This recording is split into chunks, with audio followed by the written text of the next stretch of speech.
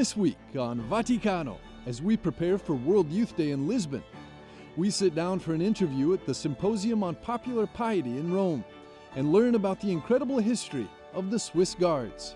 Vaticano starts now.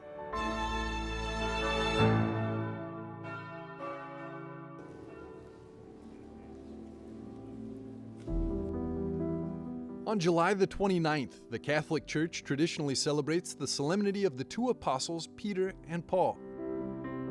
At the Holy Mass in St. Peter's Basilica, Pope Francis blessed the palliums for the newly appointed archbishops.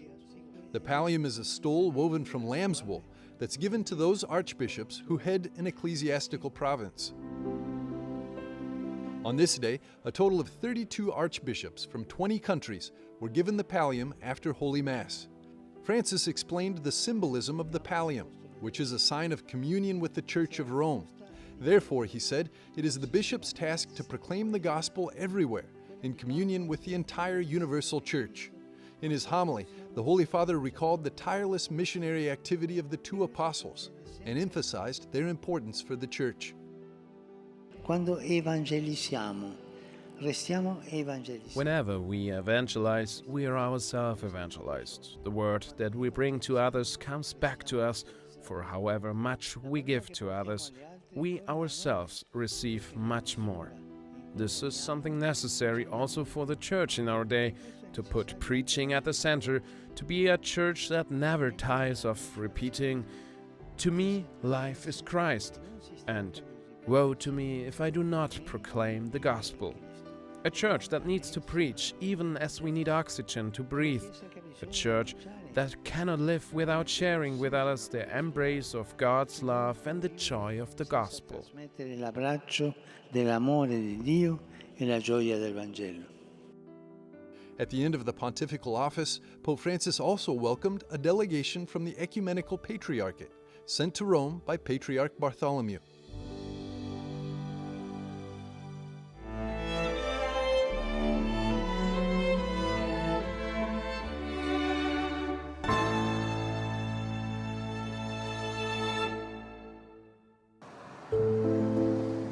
A new sculpture from the Canadian artist Timothy Schmaltz was blessed and presented in front of the Church of St. Francis in the northern Italian city of Schio on June the 29th, on the occasion of the feast of St. Peter the Apostle, the patron saint of the city.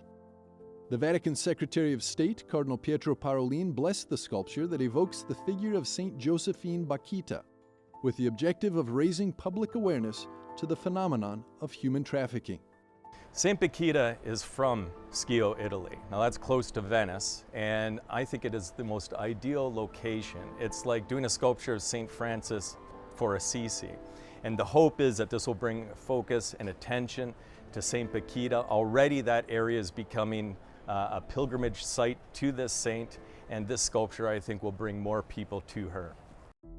Let the Oppressed Go Free is the title of the sculpture that's inspired by a passage from the Bible, from which Schmaltz took the name of his work. The day before the presentation of the sculpture in Schio, Timothy Schmaltz met with the Pope and presented his new sculpture. And I knew that he loves St. Bakhita, and he's so much concerned about human trafficking in the world. So to see him with the small sculpture was just absolutely amazing, and to have it blessed was amazing too. In front of the new sculpture, Cardinal Pietro Parolin invited everyone to ask St. Bakhita, who is the patron saint of human trafficking victims, to help liberate us from this slavery. The prelate emphasized how Pope Francis continues to call for greater attention to the indifference with which we see reality, especially that tied to suffering and pain. The sculpture is connected to Angels Unawares, another work created by Schmaltz, which was installed in St. Peter's Square in 2019. In both of the works, the Canadian artist expresses human vulnerability. Angels Unawares, in fact, sheds light on the suffering and lack of protection of migrants, while Let the Oppressed Go Free gives visibility to the problem of the trafficking of human beings.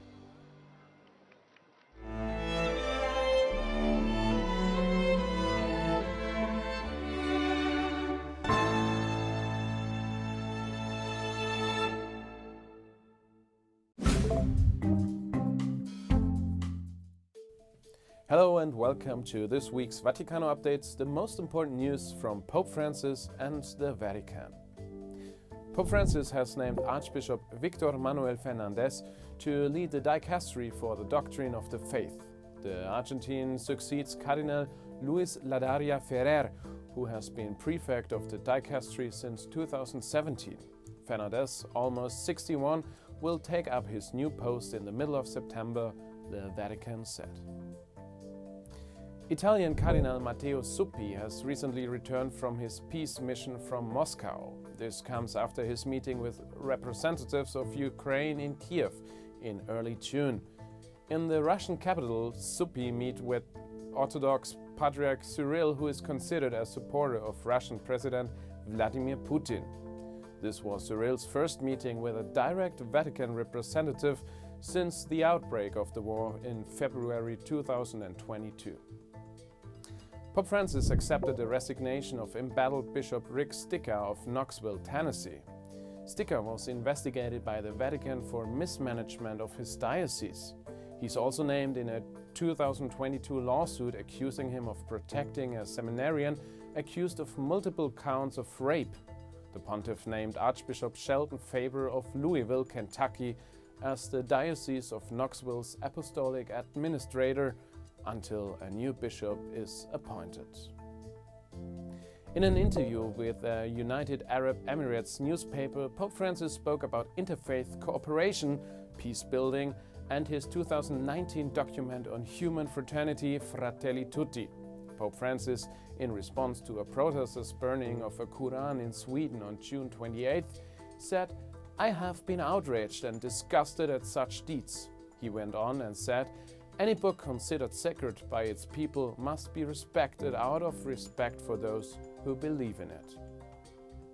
In his monthly video message, Pope Francis calls on people to pray especially for a Eucharistic life during the month of July. The Holy Father says in a 2-minute video, "Let's pray that Catholics place at the center of their lives the Eucharistic celebration, which transforms human relationships and opens up an encounter with God and their brothers and sisters." Thank you for watching this week's Vaticano Updates. I'm Rudolf Gehrig for EWTN Vaticano.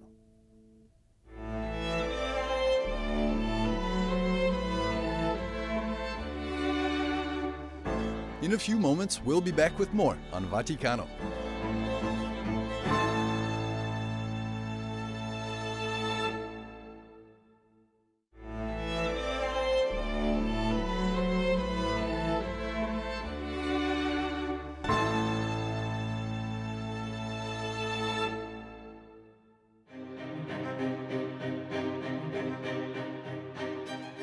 With over 20 centuries of history and known as the city built on 7 hills, the Portuguese capital of Lisbon is getting ready to host World Youth Day.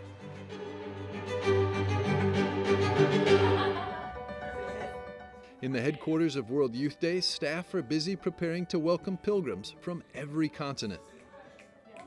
We have different topics, so different also continents. We are distributed by different continents and also movements, congregations. This team are for the visa. For everyone, this is our main goal, to answer the Pope's appeal to have at least one pilgrim from all the countries of the world. Bishop Americo Aguiar is the Bishop of Lisbon and is responsible for the tone and theme of World Youth Day. Estamos a 90 dias hoje. When you think of how close World Youth Day is, it's like a defibrillator. You feel a shock at the heart when you think of how many days are left. But we are really looking forward to welcoming young people from all over the world for a meeting with Pope Francis. But above all, we are excited about them meeting with the living Christ. That is why we are very much looking forward to the arrival of the big day. Organizers are predicting that somewhere between 1 and 2 million people will attend. A realistic figure to many, too optimistic to others. There have also been concerns about accommodating this amount of people in a city of only 500,000 residents. The mayor of Lisbon, Carlos Moedas, has a simple message. Worry about that later. My advice would be, come, we'll find you a solution. I mean, there's a lot of families that are opening their places. We are opening schools places that people can sleep and stay. And if there's one characteristic of the Portuguese people, it's that people like to host foreign people, they like to receive, they like to have people at home. The cost of hosting World Youth Day is estimated to be over 100 million euro. 80 million will be funded by the Catholic Church, and a further 30 million will be given by the Portuguese state.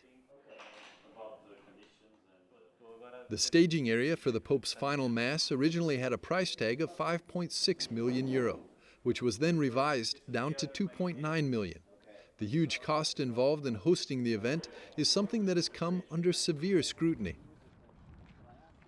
So basically we made different choices. Before it was going to be taller, like higher, the structure, and we had to bring it down a bit so that the cost will go down as well. Everything costs a lot of money. The stage, the logistics, everything. The cost is significant, but we are working at a reduced cost. But this is something that the Portuguese state believes in, and the Church believes in, and the Holy See believes in.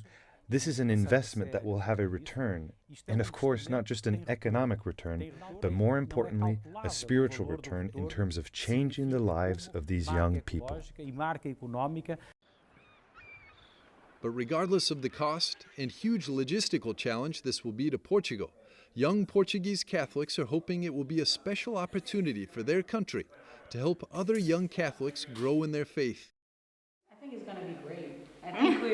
I think deep down we are so excited to have Catholics from all over the place and non-Catholics who also are coming in our country. Well, we have to remember the basic things. Christ said, if you want to follow me, pick your cross and follow me. So follow him. If he says go to Portugal, then come to Portugal. It's not that hard. It's not that big of a cross, no. It isn't, yeah. It's not that big. If you live in Portugal knowing truly in yourself that Christ is my King, Christ is King of Kings, you have your life done. Your family and your neighbors will see Christ in your face and will be obvious, and you'll be this instrument to get the gospel across. And for Bishop Americo, he's confident World Youth Day will be a transformative experience for young people, no matter where they come from.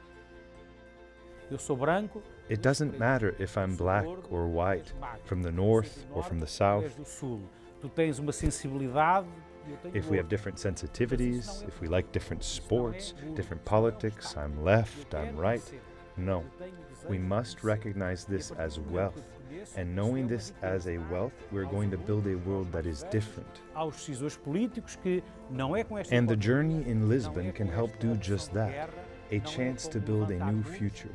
This could be the profound result of World Youth Day here in Lisbon. Profunda da Jornada Mundial da Juventude de Lisboa.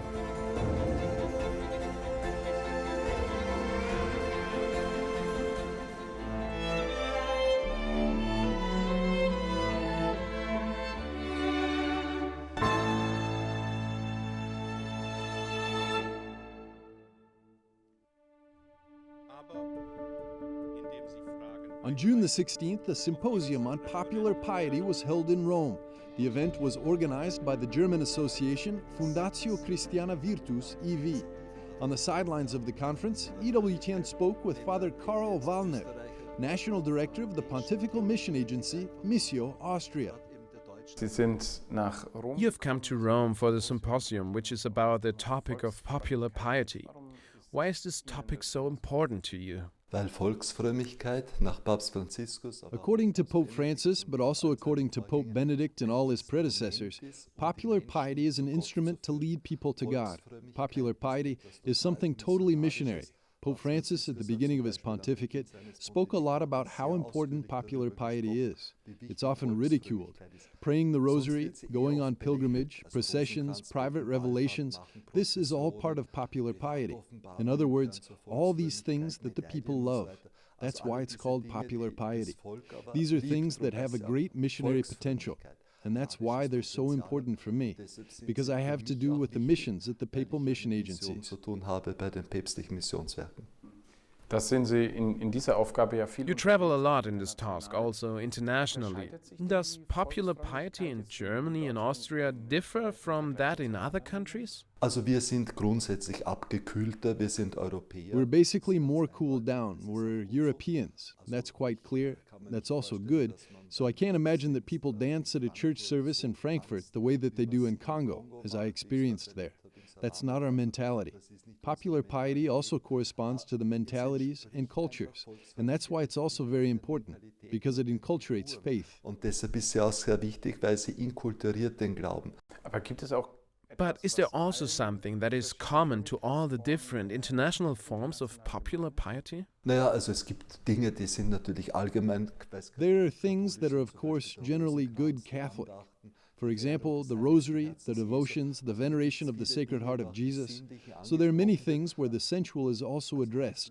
Sometimes I wish that we in our European countries would catch up a bit with the devotion and emotional enthusiasm that I experience in the South. We lack that a bit. And that's why popular piety is a bit of a reheating of a rather cold form of faith that we've developed here in Europe. Wie wir sie bei uns in Europa entwickelt haben. It all starts with a natural curiosity that young people also have, and perhaps also with a certain sensationalism. You've been working with young people for a long time now. How do you realize this young person's curiosity turns into a real relationship with wir God? sind ja nur das Dienstpersonal. We are only God's servants. We're not the religious manipulators who demagogically force people to do something. We only create an atmosphere in which the heart opens. When I was a youth pastor, I used to say to Jesus in prayer, now you have to take over. You have to work. We've done everything. We've brought the young people here. We're making sure that the atmosphere is right. We're creating this environment, but you have to touch them. You have to meet these people. Our main problem today is what the church does is such a religious activity, and often the personal relationship with God is missing. It's a form of culture and so on, but you're not really a believer until God has touched you.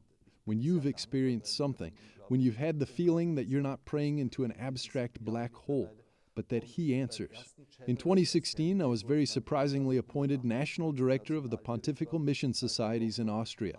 And at the first General Assembly, where I met the other 128 national directors, the then National Director of Malta stood up and said, "The Church must send, or it will end."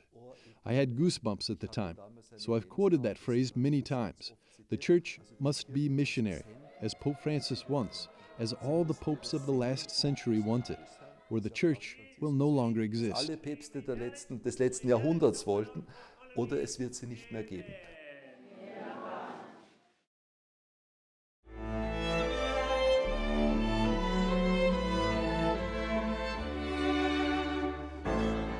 We'll be back after a short break with more on Vaticano.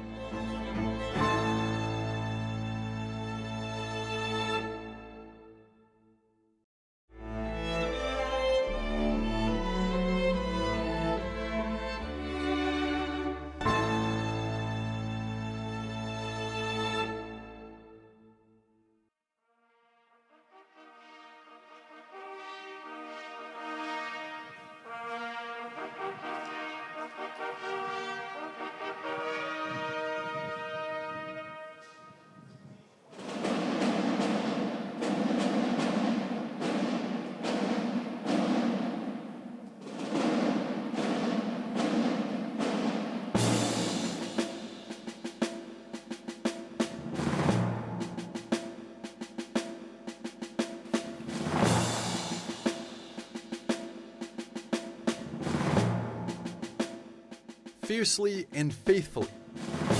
This is the motto of the smallest and most famous army in the world, the Pontifical Swiss Guard.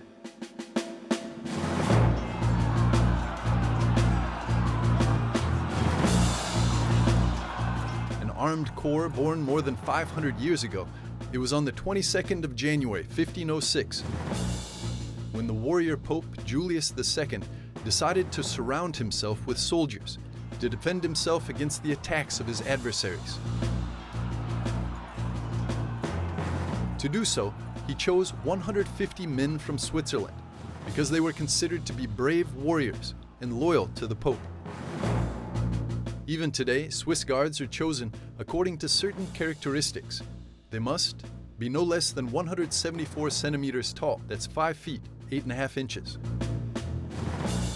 Be Catholic and have a good reputation. Being a Swiss citizen. As recruits, be under 30 years of age and have completed some military service in Switzerland. Be unmarried, if non-officers.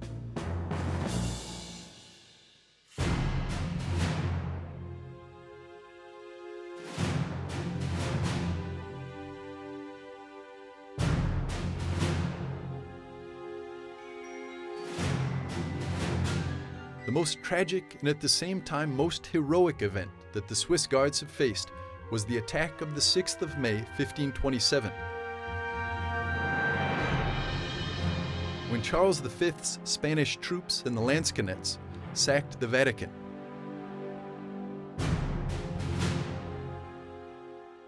In this dramatic event, known as the Sack of Rome, only 42 of the 189 Swiss Guards managed to save Pope Clement VII.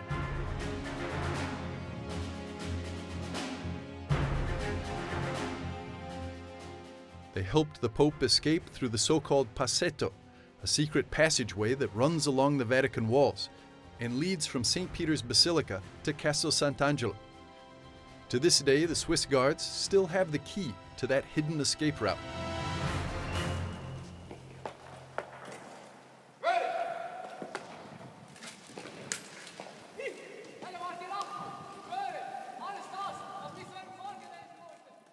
This is the reason why every year on the anniversary of the sack of Rome, the new recruits take their solemn oath in the Cortile di San Damaso, the St. Damasus courtyard, in the Vatican.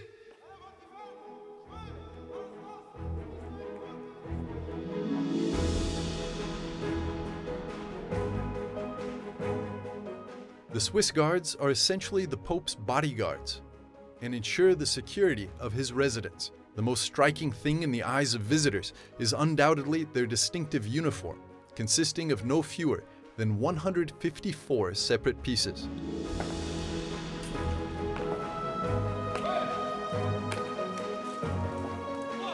Born in the first half of the 20th century, the uniforms of the Swiss Guards tell the story of their birth. In fact, the ochre and blue colors of the Della Rovere family and the red of the Medici represent the lineages of the popes who welcomed this very special army, which in the course of history has also earned the nickname Defenders of the Freedom of the Church.